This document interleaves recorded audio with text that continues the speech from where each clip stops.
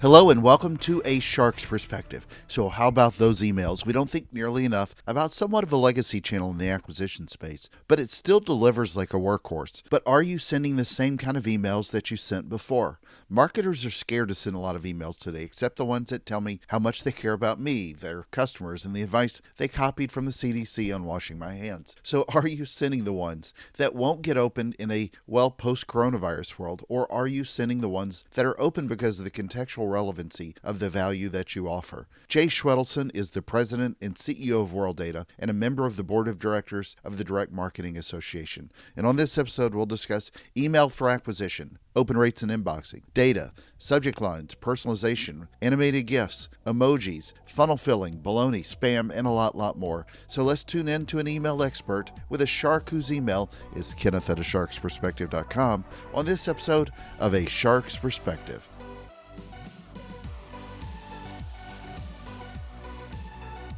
Jay, thank you so much for joining us today on A Shark's Perspective. If you would, tell us a little bit about your background and your career to date. Thanks, Shark. My company is called Worldata. We've been in business for about 40 years, and I'm the CEO of the firm. And I've been here for well over 20 years. And we specialize in acquisition marketing programs, a lot of that related to email. We work with about 30 out of the Fortune 100 companies on the planet. And beyond just Worldata, we also have another division of our company called subjectline.com, which is a free resource we put out for the email industry where people go to check their subject lines for free. We just actually checked our 8 millionth subject line, so that's pretty fun. And we really are very focused in the email space and have been for a real long time, and that's what we do. So what was it about email that drove your interest? I mean, were you an email fanatic and that's why you went to work for them, or did you become one because of it? You know, it's interesting. My Worldata started, it wasn't called Worldata, but it started in my family's garage over 40 years ago. My folks, they were school teachers, and they started this company in our garage. And obviously over 40 years ago, there wasn't email. And it started out as one of the original direct mail list compilers. And I just grew up around direct marketing my entire life. And as direct mail really started to head in, one direction, I was enamored by emails, enamored by what it could do, and so I took the business into more of a digital focus than email, and that's where we are today. And it's been a great ride. We're about 100-person organization, and it's been a lot of fun. So when you go to talk to companies about email acquisition today, what is sort of the temperament or the conversation with looking at that as a channel? Again, I know you look at all different services.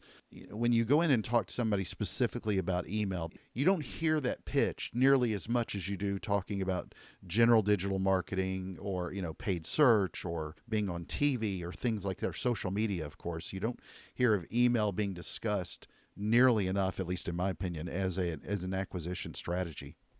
You're 100% right, and there has always been a stigma as it relates to email, especially email acquisition. Yeah. I've seen a tide shift in the last 2 or 3 years in terms of major brands being very interested to talk about third-party email programs and email acquisition, and I believe the reason is when these marketers take a step back and they look at what's really driving sales and revenue from all the different channels they're working in, email is a workhorse for B2B and B2C companies, and they recognize that. And without a doubt, the one thing everybody has in common is their lists are never large enough. No matter how big your brand is, your organization, you always feel we're not covering the entire marketplace for who we want to serve. Mm-hmm. And so there can be a very good dialogue about, well, how does email acquisition work? How do I do it conservatively? How do I avoid, the underbelly of the internet and really not send things to people that they don't want? And there are ways to do that. And that's what we try to specialize in. And the reason we stay in the lane of email is so many people are focused on the shiny object of social and search and display and all these different things, that email's kind of left to the side, and there's not nearly enough players in it, not nearly enough vendors, sophisticated vendors in it. So that's really why we try to focus there and to try to carve out our niche. Yeah, it's a great point. I tend to think of email, and having been a big fan of it and used it in a lot of campaigns over a lot of years, that it's almost kind of a conversation that you have with people about targeting versus reach. And they don't understand that they've been building and cultivating these first party data lists and audiences, and hopefully developing them into fans of your brand. But then they get the allure of being able to reach 1,000 times that many on a paid search ad that will get nowhere near the engagement that an email would. But why do you think then that people are looking at it differently today? Is it because of, in a more positive way, is it because of the attribution and being able to see where it's coming as part of the mix? Well, attribution is a beautiful thing, right? It is truly a direct response channel, right? So they're able to measure everything that they do. But people are looking for opportunities outside of Facebook, outside of Google, of where they could drive strong ROI. Mm-hmm. As Facebook ratchets up their pricing, makes it more expensive, and as keywords become that much more competitive in terms of pricing for people, they're looking for channels where they could drive return on marketing investment, and email is a natural fit. And although email can be looked at as a legacy channel, right? And it isn't, and it's at the forefront of things. The difference between email and social and search, which are going up in price, email actually comes down in price, Mm-hmm. right? Because it's the forgotten channel. So as these marketers are seeing their cost per acquisition get more expensive in these digital channels, they're able to look at email and say, wait a minute, my cost per acquisition can actually be lower and going lower. And so they're looking to invest the time to understand it better. And so it's not for everybody, but it is for most major marketers now. No, completely agree. Then, how do you recommend somebody build their campaign with other channels to use email as part of an overall strategy mix? Well, when it comes to email, what I always like to tell somebody is that the first thing we have to look at is how does your email campaigns perform, your first-party email campaigns, when you Yes, email to your own existing base. great point. Because the secret is a third-party campaign will never do better than a first-party campaign, right? You're never going to email prospects and have it outperform your current customer base. And so to manage expectations, if you're not happy with what you're getting out of what you're sending to your customers, don't put your toe in the water into prospect email, because you need to figure out the secret sauce for your own data first. And then use that metric as a baseline and say, okay, I'm going to discount off of that and say, we're going to be 30%, 40% lower in terms of what we're going to be able to accomplish with third-party data. And then you could back into what is a cost per acquisition number that you feel comfortable with, because you need to manage your internal expectations before you just jump into a new channel. And I could not agree with you more. I don't know one time that I've ever bought anything that I wasn't somewhat familiar with, or had some sort of relationship with somebody, just to get a bland email from somebody. Even in the B2B realm, where somebody's trying to introduce their product or software, or their lead gen strategy plan, if I'm not part of that conversation and have no context around it, it's rare to never that I buy anything. But when you work with these large, massive brands, do they always adhere to that as well? Because I do seem like I still get a lot of, I'm not going to necessarily call them spam, but messages that came from a third party list.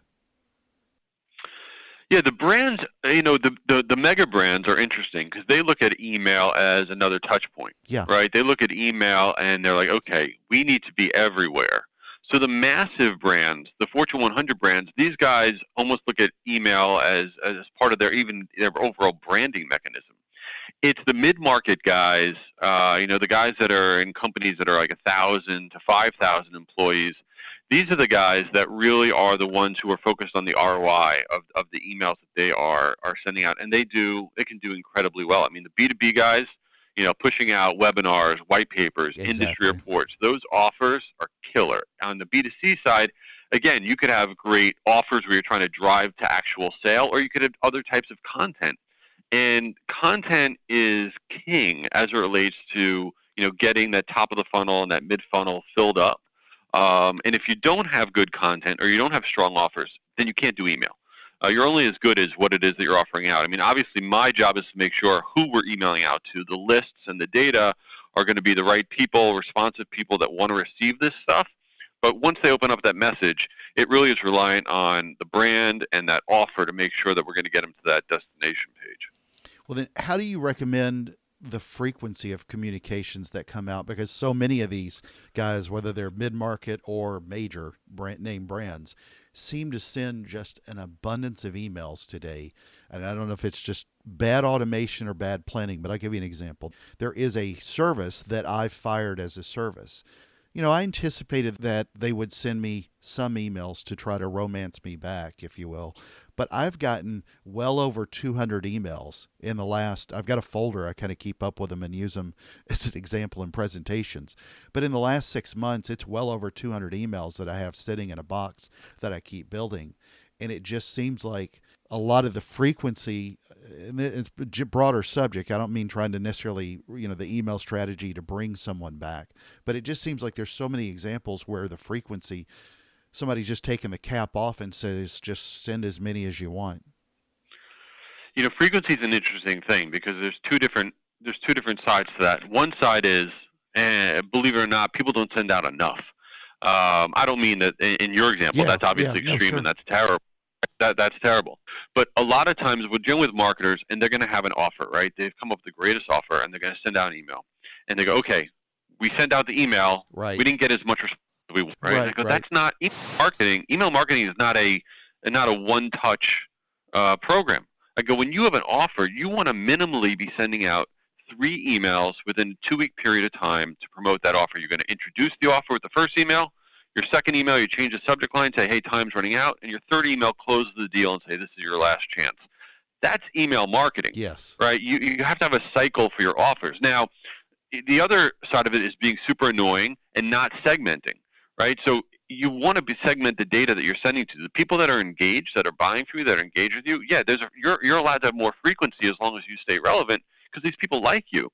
The people who are not engaging with you, there's only so much of a threshold that you can keep communicating to these people because they don't care about you. They don't want to hear from you, and all you're doing is not only annoying people, but you're creating a boat anchor on your overall email ability to get into the inbox. Because by annoying these people and then flagging you as spam, they're going to drag down all the emails you're sending out to all the people that do like you. So you need to segment, send to the right people at the right time.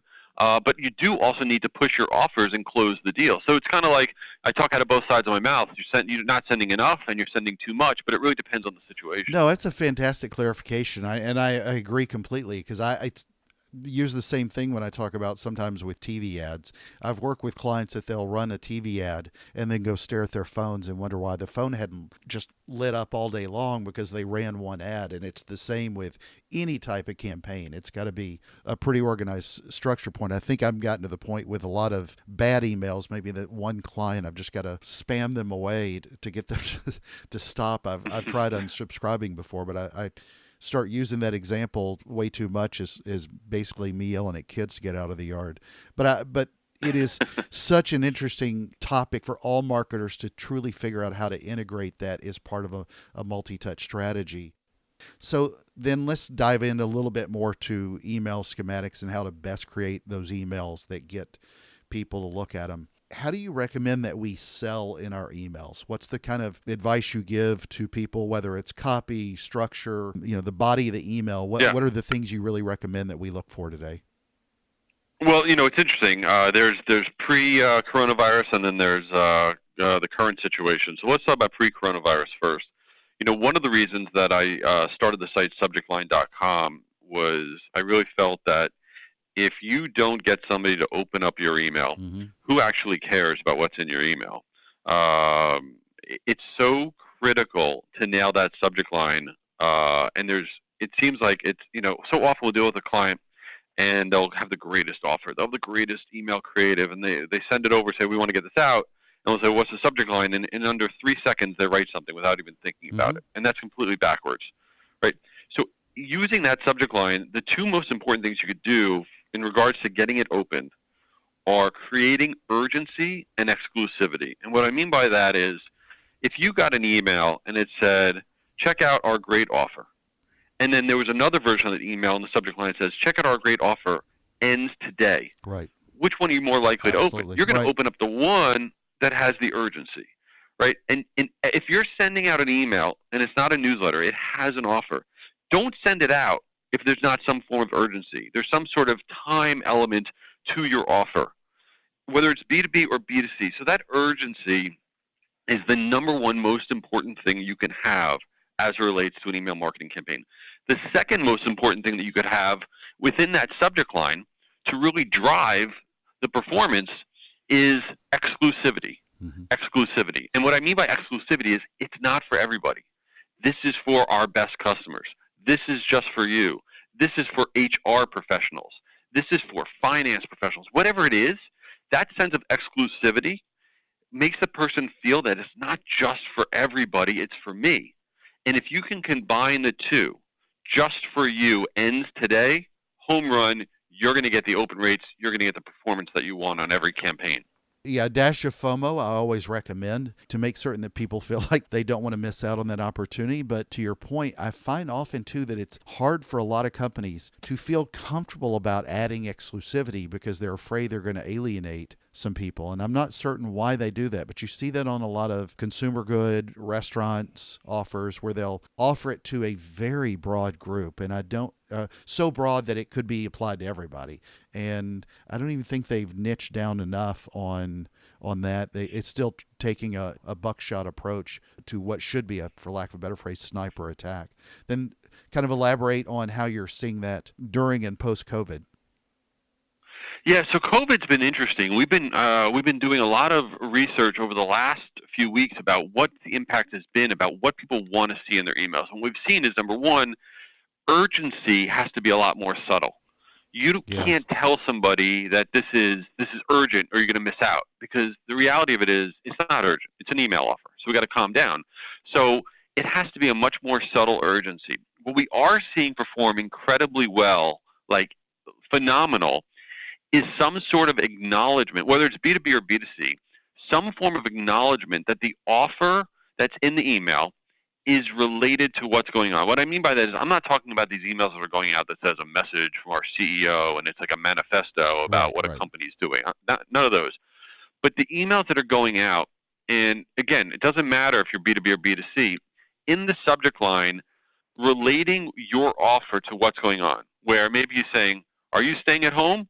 The question mark, and that could be your subject line. Or, work from home products, whatever it is, as it, in some way, shape, or form, that you are tying in your offer to what's going on. And the reason it's generating, and I'm talking about an additional 50% increase in open rate, is nobody wants to be the fool that buys something, whether it's buying it as a business professional or buying it as a consumer. Nobody wants to be the fool that's not getting the super duper deal, because right now everybody knows on the planet you're going to get the best deal you've ever gotten, because every company is trying to get anything they can into their sales pipeline because the economy's falling apart. So if you're able to say this deal is somehow tied to what's going on, you feel as a buyer that, hey, I'm getting the very best deal possible. If your email is the status quo and it was very similar to what you sent out before the crisis, you're not getting the response because everyone's like, well, they're not giving me the super duper offer, so I'm going on to the next guy who is. So this idea of relating that your offer is aware of what's going on is how people are driving results right now, and it's working phenomenally well. I have found, and I don't know if you found this just as a consumer, that the messaging in email during COVID has been worse than any other channel. It seems like everybody has done a really good job. Brands have done a better job with other channels, even on social, kind of showing how they care or don't care than email has. Email seems to be the one that stands out the most to me right now with where people are messing up that messaging is part of it. And I know it's not, necessarily an email acquisition strategy, things that you and I talk about at conferences a lot, but to your point, creating some empathy and context within those emails, they fall flat all the time. Well, I think what's gone on, it's been really interesting. Look, I think it's important that all the different brands, and literally everybody, has sent out their big long email about what it is that their company is doing. We're open, we're not open, we're okay, we're not okay, and everyone sent out the really long message from some person in their senior leadership, and great. It's almost like when you get something in the mail from your insurance company that you never read that's 20 pages. Okay, so fine, you sent that out, Mm-hmm. but now that was last week. Yeah. This week, what are you sending out? And unfortunately, what we're seeing is inbox activity is way up. It's up like 25%. And that means that the inbox activity is not how many emails you're getting. Inbox activity is the percentage of people that are actually going in their inbox and checking their email. Inbox activity is up 25%. Open rates on B2B and B2C emails overall are up about 10% over the norm. And this is when you remove virus-related messages. But the killer to me is that email volume is down when you remove virus-related messages. So we have a situation where people are in their inbox more because they have a lot of time on their hands. They're opening up emails more because they're interested in things, trying to be productive. And marketers are so nervous about what they're sending out that they're sending out less. And they're missing a really good opportunity to be in front of people that are looking to engage. Agreed, but are they looking to buy, which is what most of them are wanting to send messages about? It's not, I agree with you. It's not the time to send out something unless you have something very relevant. You're sending out something to set up your work from home office or something like that. True. It's not the time to get the sale. Okay. It's not the time to get the sale, but can you as a marketer, and I don't care who you are, the weirdest B2B guy, consumer guy, it doesn't matter. Can you send out content where, number one, you can get people engaging, you get people opening and clicking, right? Can you get people going to your website, signing up for other free things? You have to come up with whatever the free thing is that your organization can give now and to be able to build that dialogue for the future. But to not be engaging now is an absolute crime. And I will tell you, the best thing you could also do as a marketer is work on re-engagement campaigns now to people that really haven't been opening or clicking on your emails in the past, because they are going back and opening up more. Give them free stuff. Give them, here's the top 5 things you could do at home to better yourself, or whatever content you want to give. Get them engaged, but don't stop sending. Mm-hmm. That's not helping anybody. So you've worked in data for a company called Worldata for a lot of years. We were talking about you also have dealt with a lot of third-party data as well. How do you look at personalization today, especially with the way we address people, and people are leveraging a lot of lists, but sometimes people want to over-personalize, and then a lot of marketers don't realize that, data is pretty fluid. It's outdated. It's not always 100% or anywhere close, even with the best list. And I worked for one of the best data companies in the world, but it just seems like a lot of the personalization strategies are not done very well today. And I'm kind of curious how somebody that's an expert in this field looks at really leveraging that personalization for how we address our consumers. Well, you hit the nail on the head that it really all starts out with the source, source of the data. And, to give your listeners a perspective, there's no exaggeration, over 120,000 different unique email lists that are available for a marketer to take advantage of. And I'm being conservative when I say that over 90% of them are complete garbage. Mm-hmm. Over 90% of them I would not want any client of mine to touch with a 10-foot pole, because they've either been collected in some sort of horrible way, or they're populated with information that when you go to use them for personalization, you're going to do more harm than good to your company. So the first thing you have to do is really make sure that you are leveraging data that's been collected properly and that has been audited properly. So when you go to leverage the information they have, it makes sense, right? And there's also lots of basic things, right? You want to make sure there are filters on your data, so that way you're not calling somebody a curse word as their first name, right? I mean, there are ways that you can make sure you're getting rid of the low-hanging fruit or whatnot. But the things that are working the best in terms of personalization is, of course, using first name does really well. Using first name in the subject line does really, really well. Geography, putting the geography in your messaging does really well. What people want, what a recipient wants, is to know that what they are opening is for them and not just for everybody.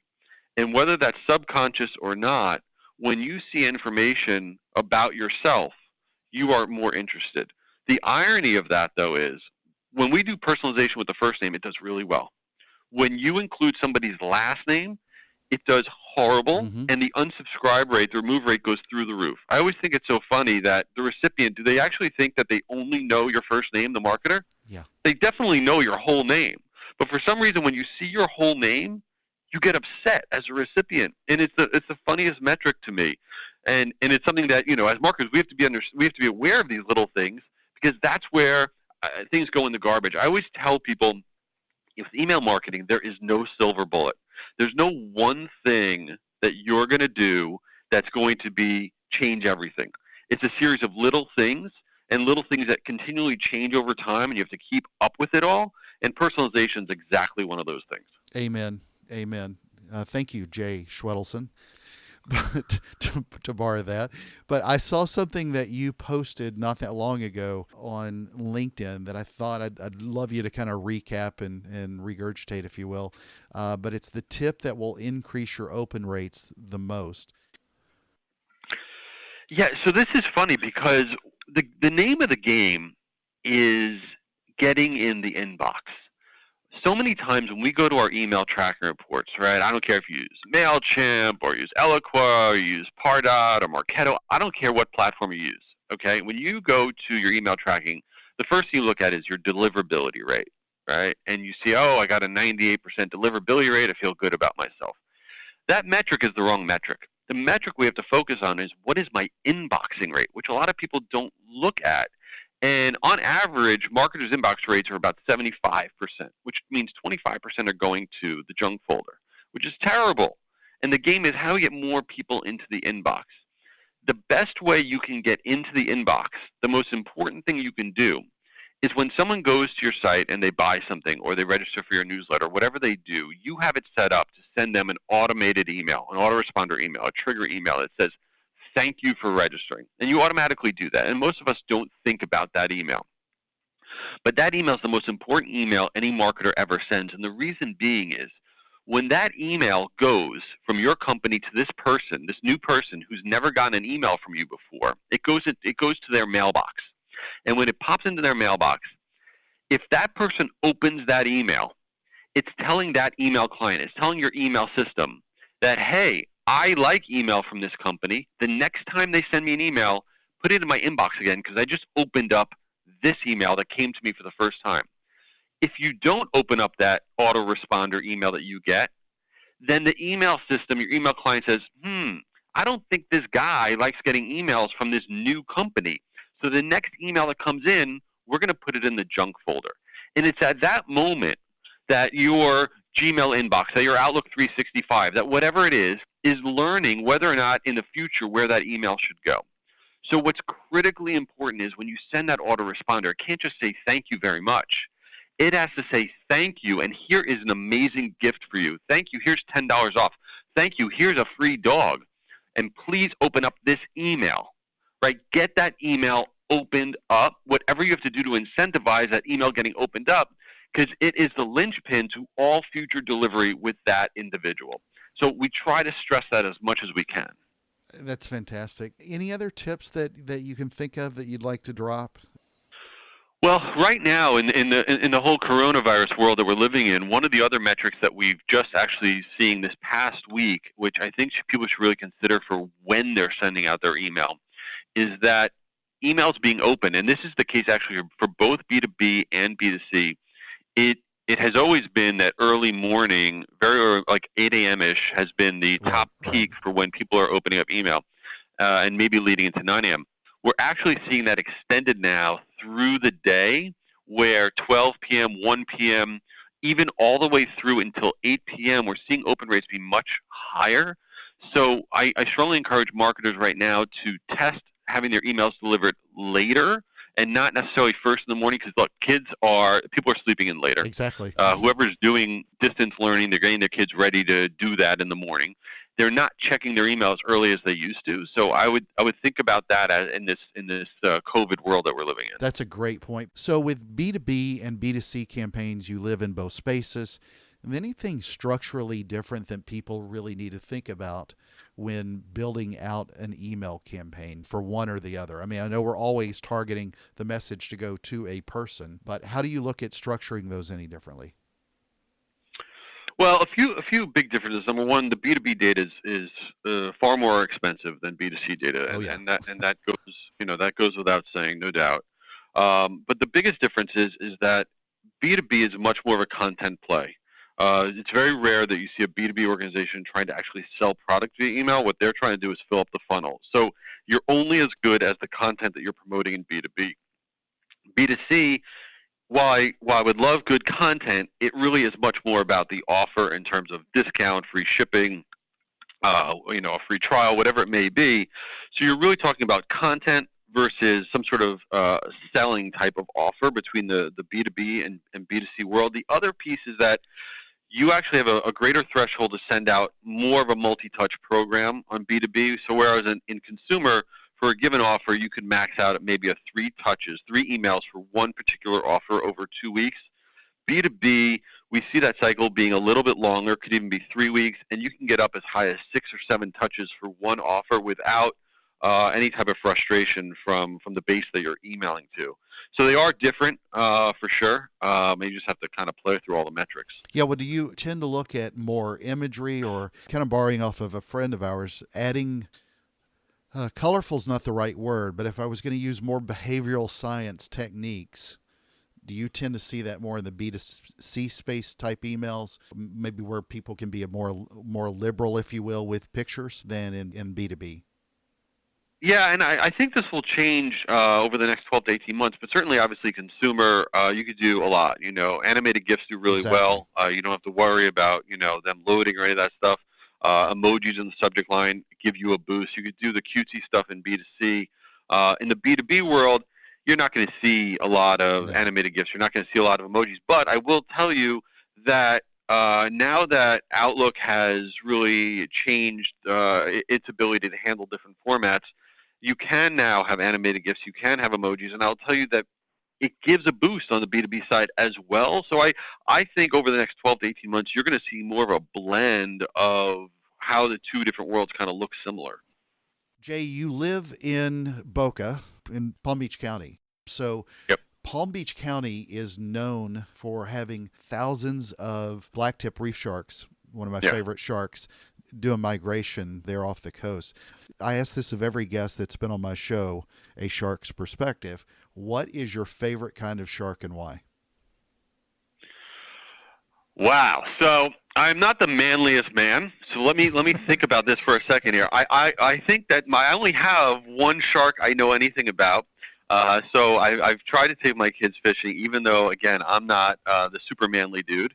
And we caught a bonnet. What was it called? Bonnet head Yeah, shark or a little hammerhead one. We caught that. We put it back in the water. good. And I felt at that moment, I felt like I had done something really good as a father. I felt very manly and very cool. And so I know nothing about sharks, but that is my favorite shark because I interacted with it. Yeah, bonnethead is also known as a shovelhead. It's a small hammerhead, and they're really cute. But thank God you threw them back in. So, Yeah, Jay, it's a special time in my show. Are you ready for the 5 most interesting and important questions that you're going to be asked today? I'm ready. All right, Let's do it. all right, here we go. Number 1, Hotmail or Gmail? Gmail all day. Thank you. Number 2, sort of a media mix question for campaign performance. I'm going to pull 2 channels together. Email plus a social media campaign or email plus a direct mail campaign?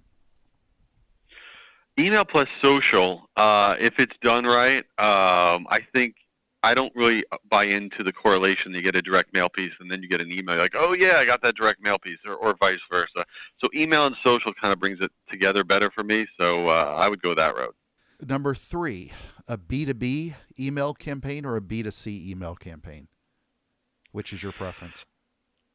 I live in both worlds, Yeah. and to me, it's all about the content. If you have a really good industry report or white paper or webinar, B2B will kill it. On the consumer side, if you have some sort of awesome discount or awesome freemium, you could do great. But I live in the middle on that one. Number 4, this is a good odd question for an email person. Spam or baloney? Well, I prefer bologna. Of course, I've eaten spam, but I don't do spam, so I'll have to be in the bologna camp. But if you haven't tried spam, it's not that bad. No, it's not that bad. It's the state meat of Hawaii or whatever. So Right. number Right. 5, and the most important question that you're going to be asked today is biscuits or cornbread? Gosh, I feel like there's a right answer to this, but I'm cornbread all day, Okay. and I hope that's right because I like that. South Florida's never a bad place to have some cornbread and Cuban food. So, Jay, where can people find out more about you, find the websites, keep up with your thought leadership in the space, and more?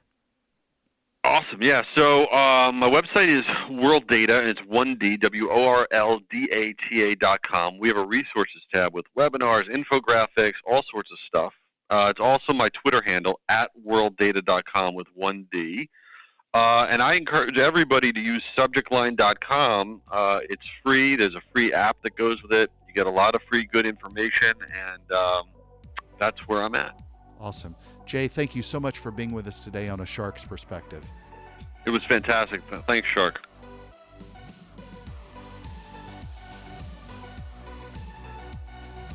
So there was my conversation with Jay Schwedelson, the president and CEO of Worldata and a member of the board of directors of the Direct Marketing Association.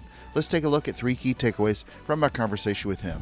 First, email is such a great workhorse. We rarely get excited about it in acquisition campaigns, but we should. It also, when triggered in coordination with other channels, can deliver even much higher rates. And as Jay said, the CPAs have gotten lower, unlike paid search and social. But just as important in any campaign is setting expectations. It works much better with your first-party data list than in third-party campaigns, where you would get, often for the most part, blind emails that don't perform as well with most audiences. But with any good offer, you need to create urgency and exclusivity to increase those open rates, as well as just some form of acknowledgement related to what's going on in the world, like with the pandemic, and how your offer relates to a customer, whether it's B2B or B2C.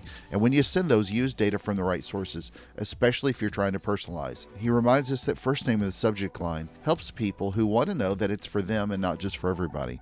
When you include last name as well, it does horrible. I'll add a reminder that you have to remember with any data list, even your first party, your data is fluid and it changes. So be careful when you personalize and frequently scrub your list and clean them up. You don't want to risk offending the right recipients. Second, I love talking about the frequency of emails that brands send. Jay did an excellent job of clarifying something on this as well. Marketers aren't sending out enough emails when they have an offer and segmenting that data out to make certain it's relevant.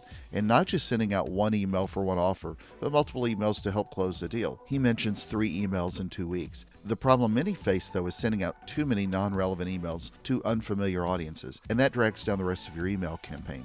Also, the automation of emails when trying to reacquire customers is absolutely deplorable. I can tell you that firsthand. And I can give you hundreds of examples of not even spammed emails, but emails that do a horrible job of trying to re-engage or reacquire a customer that's left. So take a look at your frequency and do it now, please. The frequency of communications due to bad automation and practice creates such a risk, and it's disrespectful to the relationship you have with such an important reader in your email channel. It's a great, intimate form of communication, so don't blow it. But whether it's pre or post-COVID emails, whether you're trying to sell someone something or not, work on continuously building that dialogue for future campaigns, even if it's just to help with re-engagement campaigns. Third, he brings up a great tip to increase your open rates with the name of the game of getting into the inbox. Don't focus on the deliverability rate. He wants you to focus on inboxing. And how do we get more people into the inbox? When they register, buy, do whatever, the email you automatically send is a thank you email of some sort. If that person opens that email, it then helps keep it from being recognized as spam. If you don't open that first one, then your email client may think that you don't like that email from them, and it may keep it from being in the inbox. So do whatever you can to get them to open that first one up. We didn't get into too many details in this, but think of a must verify your email first as a tactic and example we see so often. Got a question? Send me an email to kenneth@asharksperspective.com.